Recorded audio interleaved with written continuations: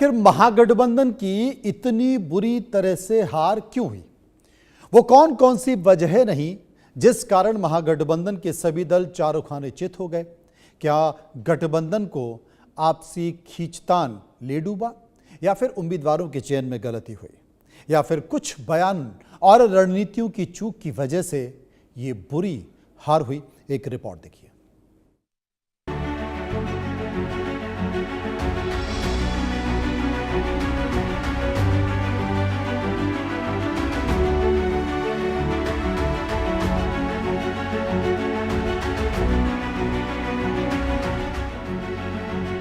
महागठबंधन की करारी शिकस्त, क्या रही बड़ी वजह?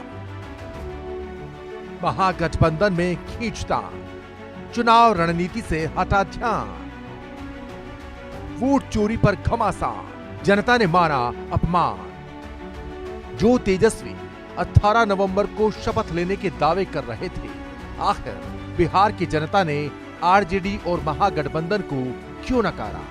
बीजेपी एनडीए आगे है और 50 से भी कम पे महागठबंधन है, तो इससे साफ है कि महागठबंधन का बिहार की जनता ने सुपड़ा साफ कर दिया।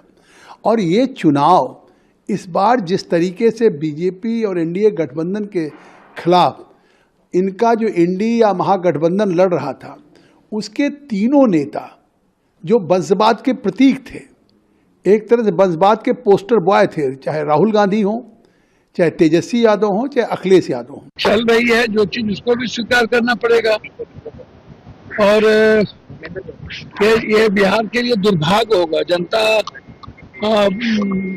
को मैं कुछ नहीं कह सकता, स्वागत करूंगा, लेकिन बिहार के लिए दुर्भाग्य। वो कौन कौन सी वजहें थी जिस वजह से महागठबंधन को इतनी करारी हार का सामना करना पड़ा? राजनीति के जानकारों के मुताबिक सीएम फेज से सीटों के बंटवारे तक महागठबंधन लगातार फंसता दिखा। हमारे कोई उम्मीदवार भाजपा में शामिल नहीं हुआ। आप लोगों को गलतफहमी है। उन्होंने अकेले निर्दलीय प्रत्याशी बना था और उन्होंने समर्थन भाजपा को किया है। आप जान रहे हैं कि आज दरभंगा जिला में हम उपस्थित हुए हैं। राहुल और तेजस्वी ने वोटर अधिकार यात्रा से महागठबंधन को एक दिशा दिखाने की कोशिश की, लेकिन तेजस्वी को सीएम फेज घोषित करने पर उनमें फूट पड़ गई। बाद में कांग्रेस भी तेजस्वी को सीएम फेज बनाने पर तैयार हो गई, लेकिन तब तक मैसेज चला गया कि आरजेडी और कांग्रेस में मनमुटाव है। इसका असर प्रचार से लेकर टिकट बंटवारे तक दिखा। सीटों पर सहमति न बनने पर महागठबंधन की पार्टियों ने एक दूसरे के सामने कैंडिडेट उतारना शुरू कर दिया। इससे उसके वोटर्स कंफ्यूज हो गए। कुल 9 सीटों पर ऐसा हुआ। राजनीति के जानकार मानते हैं कि वोट अधिकार यात्रा के दौरान बिहार में विपक्ष जिस जोश में था, वो चुनाव आते आते धीरे धीरे कमजोर पड़ता गया। जैसे ही चुनाव तारीखों की घोषणा हुई तो हर पार्टी की महत्वाकांक्षा सामने आ गई। जहां एनडीए में आखिरकार त्याग संतोष की भावना के साथ सीट शेयरिंग हुई, वो महागठबंधन में आखिर तक नहीं हो पाई। हालत ऐसी हो गई कि लालू प्रसाद सिंबल देकर वापस भी लेने लगे। जानकार ये भी मानते हैं कि इस बार तेजस्वी ने 144 उम्मीदवारों में से 52 यादव उम्मीदवारों को टिकट दे दिया। इससे पार्टी की जातिवादी छवि मजबूत हुई। गैर यादवों को ये नागवार गुजरा, जिसके चलते संभवतः अगड़े और अति पिछड़े महागठबंधन से दूर हो गए। तेजस्वी ने अगर 30-35 तक यादव टिकटों को सीमित रखा होता तो कुर्मी कोयरी वोटों का हिस्सा 10 से 15% बढ़ सकता था, जैसा अखिलेश यादव ने 2024 के लोकसभा चुनाव में किया था। उन्होंने केवल 5 यादव प्रत्याशियों को मैदान में उतारा, बाकी पिछड़ी जातियों और सवर्णों को टिकट देकर उन्हें अपना बना लिया। वक्फ कानून पर बयान, जनता हो गई सावधान। तेजस्वी बने एकमात्र चेहरा, आपस में शक संदेह उभरा। अपने सहयोगियों कांग्रेस, वाम दलों और छोटी पार्टियों के साथ बराबर भाव नहीं रखना भी तेजस्वी यादव की चुनावी रणनीति में बड़ी चूक मानी जा रही है। इसके अलावा तेजस्वी ने महागठबंधन के घोषणा पत्र का नाम भी तेजस्वी प्रण रखकर अपने आप को आगे रखा और खुद को एकमात्र चेहरा दिखाया। इतना ही नहीं, तेजस्वी ने प्रचार में भी सहयोगियों को बैक सीट पर रखा।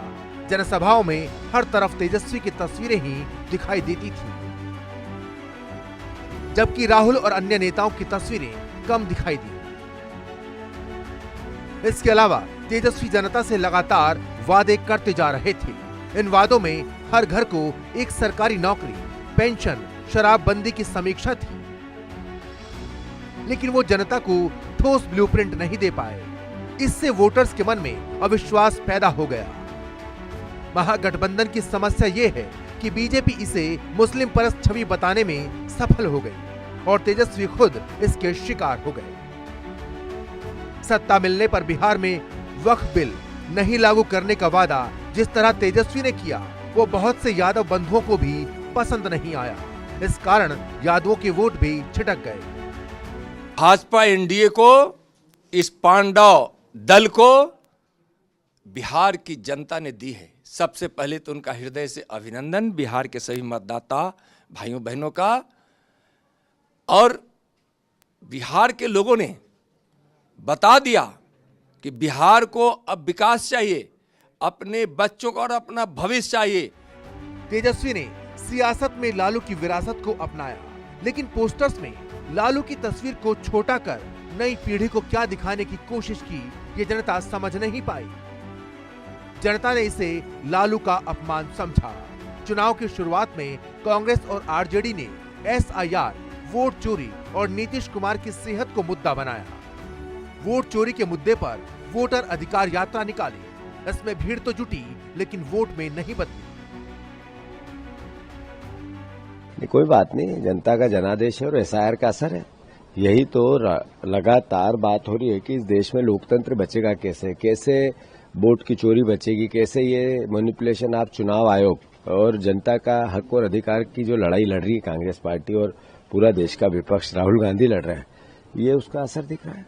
वो चोरी का मतलब खाली लिस्टों में गड़बड़ नहीं है। अगर आप निष्पक्ष चुनाव नहीं करवाते वो भी वोट चोरी है। चुनाव डिक्लेयर हुए, कोड ऑफ कंडक्ट लागू हुआ, हम मोबाइल बांट रहे थे 1,40,00,000 महिलाओं को, और स्कीम पहले की थी हमारी, बजट की घोषणा थी, तब भी उस दिन रोक दिया। 34 लाख हम बांट पाए। वहाँ क्या हो रहा है बिहार के अंदर? आप कहते हो तो पहले की घोषणा थी, घोषणा पहले की थी तो भाई चुनाव डिक्लेयर होते ही कम से कम रोक देते ना आप अभी। तेजस्वी यादव ने नीतीश को अचेत मुख्यमंत्री बोलकर उनकी सेहत पर सवाल उठाए, उन्हें दिमागी तौर पर बीमार बताया। लेकिन नीतीश ने 25 दिन में 181 रैलियां करके इन बातों को झुठला दिया। हर दिन एवरेज 7 सभाएं की और 8 घंटे प्रचार किया। चुनाव विश्लेषक मानते हैं कि तेजस्वी का नीतीश पर हमला नीतीश के विकास समर्थक सहित कुर्मी कोयरी वोटर्स को अपमानजनक लगा। वादों के मामले में महागठबंधन एनडीए से आगे था। सबसे बड़ा वादा हर परिवार को एक सरकारी नौकरी देने का था, लेकिन इस पर सवाल उठ गए। 2023 के जाति सर्वे के मुताबिक बिहार में 2,83,00,000 परिवार हैं। 20 लाख नौकरी में खाली पद सिर्फ 3 लाख हैं। ऐसे में 2,63,00,000 परिवार को नौकरी देना बहुत मुश्किल बात है। तेजस्वी इतने पैसे कहां से लाते? फंडिंग कहां से होगी? इसका तेजस्वी कोई जवाब नहीं दे पाए। एक तरफ तेजस्वी के पास जवाब नहीं था, तो दूसरी तरफ एनडीए योजनाओं को धरातल पर लाकर दिखा चुका है। महिला सशक्तिकरण के लिए नीतीश लगातार काम करते रहे हैं, लेकिन चुनाव से ठीक 10 हजारिया वाले दांव से महागठबंधन की सारी उम्मीदें पहले ही ध्वस्त हो चुकी थीं। Bureau report, India news.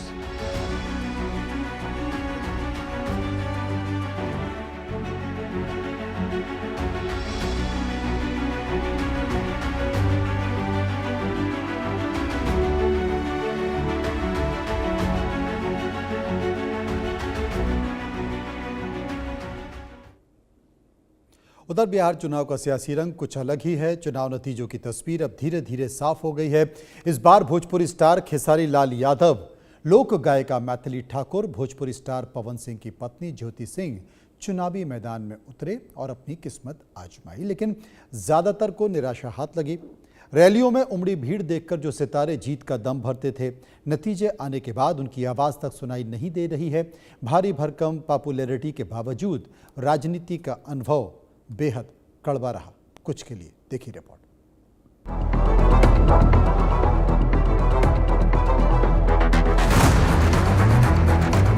Star से बने पार्टी उम्मीदवार, किसने किया कमाल? भोजपुरी सितारे, वोटर्स को कितने प्यारे? खेसारी लाल के साथ हो गया खेला। रितेश पांडे और मैथिली का क्या हुआ? बिहार चुनाव में भोजपुरी स्टार्स कोई खास कमाल नहीं दिखा सके।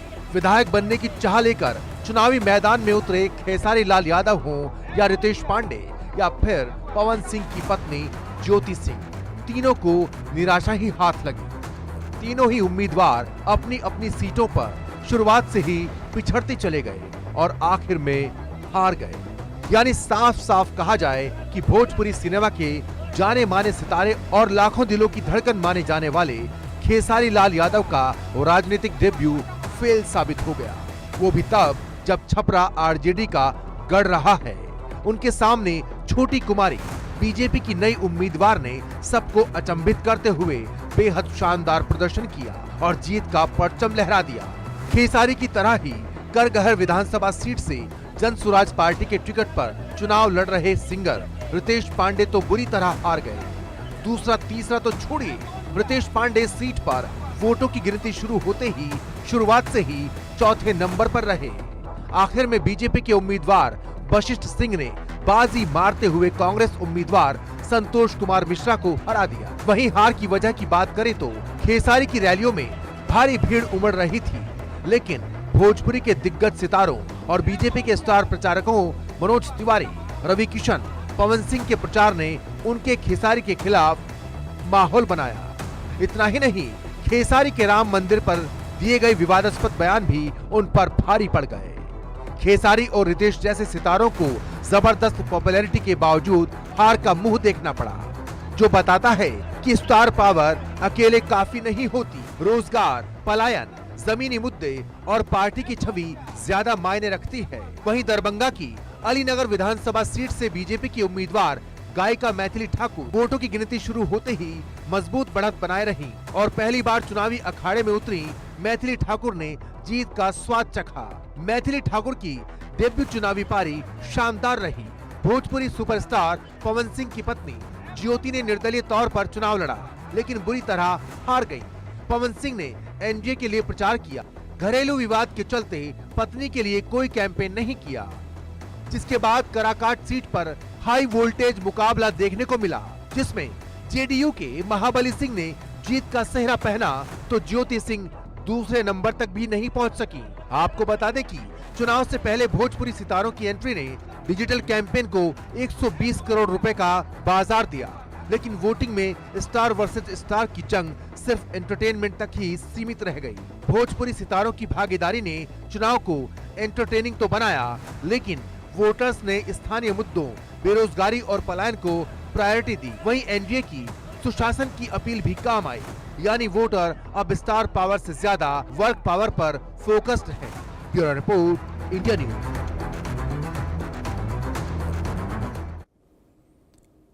और इस वक्त एक बड़ी खबर आ रही है दिल्ली से। दिल्ली बीजेपी संसदीय